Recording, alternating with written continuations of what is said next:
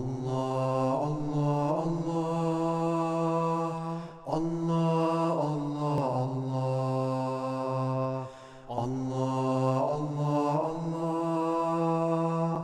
As we said before, Allah, in the West, people, 30, 40, some people even more. We had someone who embraced Islam, he was 72 years of age. This is the grace of Allah subhanahu wa ta'ala. But because, say, 72 years of age, he was thinking about God, and he may read a few books, and just Allah opened his heart, and he felt this is the right way for me. Now, he never prayed before. So imagine 5 daily prayers. It is like you become a hermit, 72 years, and you are running 24 hours a day, on empty. And suddenly, you're going to get up at, before sunrise.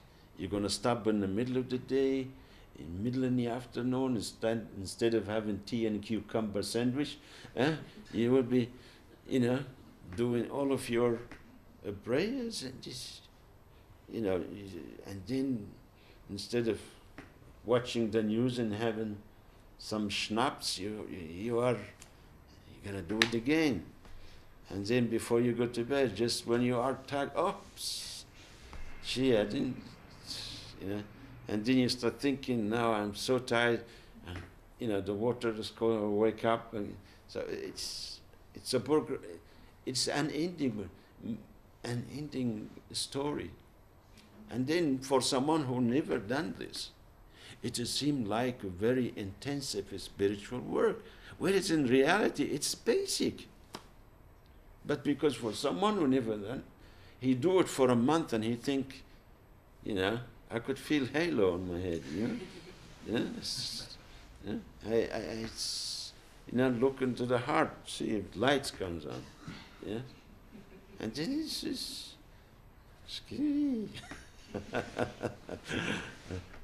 And then people will say, well, I tried, I prayed, What did you do? I prayed, I was a Muslim for a month. Oh, congratulations. Here, just put a tag on your shoulder. Muslim for a month. Is anybody else was longer? Yeah, I was for about 6 months. Now, my name is Jack, and I was Muslim for a month. Thank you, Jack. It's what do you call him? Muslim, yeah, no. Well, they got it on the buses in America. If you want to leave Islam, come to us. We will help you, And then you get them all in one hall and just stand up. My name is Frank, and I used to be Abdul Karim, and now I was Muslim for 3 weeks, and I don't like it. So what should I do? Hello, Frank, Abdul Karim, nice to meet you. They're fighting. Whom they're fighting? They're fighting the one who created them. They're fighting the one who gave everything to the universe. How it is the most stupid way to declare war. To declare war on Allah subhanahu wa ta'ala. So Allah, He put the structure in such an amazing way that you come to this earth for whatever period of time, and then you move on to next set, another life. And in this period of time, this 50 or 100 years, this a human, he become, the devil himself. As we said, even the devil, he will run away from him. And that's why the man who traveled with the shaitan, he was, he loaded up his camels and traveling in the desert, and he met an old man. He said, "Do you mind if I tag along with you?" where are you going? He said, I'm going to such a place. He said, can I go with you? He said, sure. And this was the devil take the form of a human. And in the evening, the man did his prayers and they went to sleep. And then he was talking with him all night and kept him awake for a long period of time. He couldn't wake up in the morning prayers. He forgot, and in midday prayer, he said, "Come and fix you some food," and all this. Kept him busy with the food, and he didn't do the midday prayer. Then at the same time, the afternoon prayers, and in the night time, so he missed the five prayers. So night time, the man, he prepared some food and he said, "You're gonna come join me?" He said, "No, I'm leaving." He said, "Why? Why are you leaving?" He said, "You are too dangerous." He said, "What do you mean?" He said, "I am the devil, shaitan." He said, "Allah, he told me to prostrate once, and I refused, and all these problems fell on my head. You, Allah told you to prostrate, 17 times a day for your salvations, and you didn't. 17 times. No. So you are worse than me. So you are very dangerous. Thank you. Assalamu alaikum." So he's a shaitan, but he's not a stupid. So shaitan, he have knowledge, but his knowledge is not beneficial. And that's why you find people, they are sometimes deliberately, they will delay you to do your spiritual practices. For this one, you have to be careful. If it is, you cannot, you don't want to offend them, but you don't want to offend God as well. So you have to really, if you need to take insulin, when it's time to take it, you will say to them, "Excuse me, I need to go to the, and everybody say, "Sure, yeah, that's a chair, and sit and do all of this." And then if you tell someone, "I'm going to do my prayer," say, "What? Can you do it on the lounge there?" What you need, that's it. It become a problem, So he said, "No, here, look, I got little prayer mat. Thank you. And just take a corner outside, sit on a chair, go back to your car, sit in your car, do it in your car, do it anywhere, doesn't matter." And even if you don't quite know where the Qibla is? Well, you do your best, So the sun, where is the sun sits, and so on. When you are where you are, regard south, north, east, west. So you do your best, and then you just sit in your car. If it is raining, sit in your car for, that 10 minutes or whatever. You don't need to take your shoes off. You keep your shoes on. You have pollutions. Always wise to carry a little bit of stone, tayammum. So you don't need, water, if water is scarce or difficult to obtain. And so that's why prayers is keep you in a state of vigilance. You are always conscious of yourself, where you are, and you calculate your things.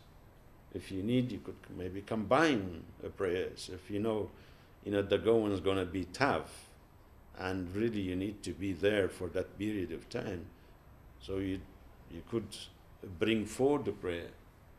It is not harm, it's not haram, it's permissible. Under certain circumstances, you could do that. So if you are flying, going to West Australia, it takes about 5 or 6 hours.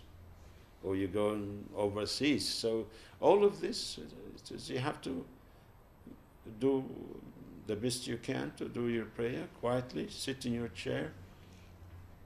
And Islam, it's a very flexible, and it is very beautiful, it's very beneficial to our life.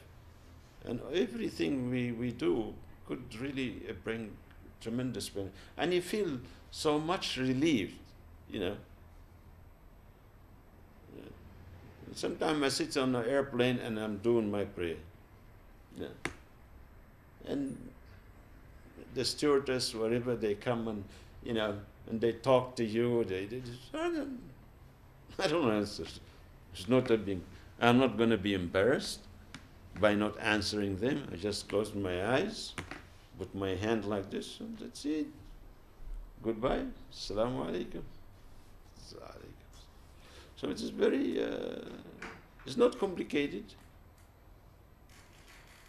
But if you become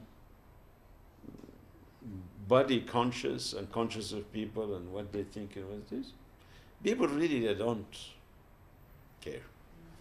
You know, they may just something because you're doing something looks different to them. They want to stop you. They want to, their ideas of what Islam is, it is very wrong.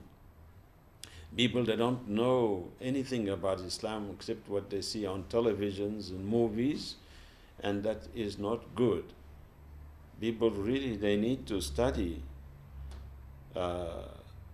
Islam, at least make an effort to read one or two books on Islam, have a look to a good English Quran or whatever language they speak, and read. It could be something they will regret for the rest of their life if they don't do so. Some people, they know Islam, it is good, but their pride and their arrogance, they're stopping them from taking that step. And you never really understand Islam from outside. It's like window shopping. You can, yes, you look from outside. What are you going to do? It's nothing. You know, even when, you know, the man who only have enough money for a loaf of bread, he was so hungry. So he stood near a shish kebab joint, and the smell of the kebab and the falafel and all of this food, so he was just smelling and eating his bread. You know? The owner looked at him, and he after he finished, you know, washed it down with a little bit of water, grabbed him. He said, "Give me, pay me." He said, "What?" He said, "You ate your bread on my food, the smell of my food." He said, "But I didn't eat anything." He said, "You smell it. I could see it. I could smell the kebab all over you." You know? So they nearly had a fight. The police came. They took him to the court. The qadi, it is called, the judge.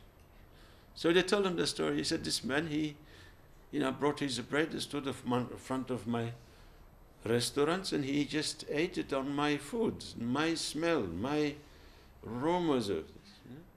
So the judge, he said to him, "Did you do that?" He said, "Yes, I did eat my bread and the smell of his food, cooking and all this." And he said, "And you, what do you want exactly?" He said, "I want payment." He said, "All right." He said, "How much you want?" He said, I want, you know, a dinar." He said, "Sure." So he took the dinar and he dropped it on the ground. He said, "Did you hear it?" He said, "Yes, I did." He said, "That's your payment." In Arabic, they call it kila' al-banna. Kila' al-banna, meaning he ate on the smell.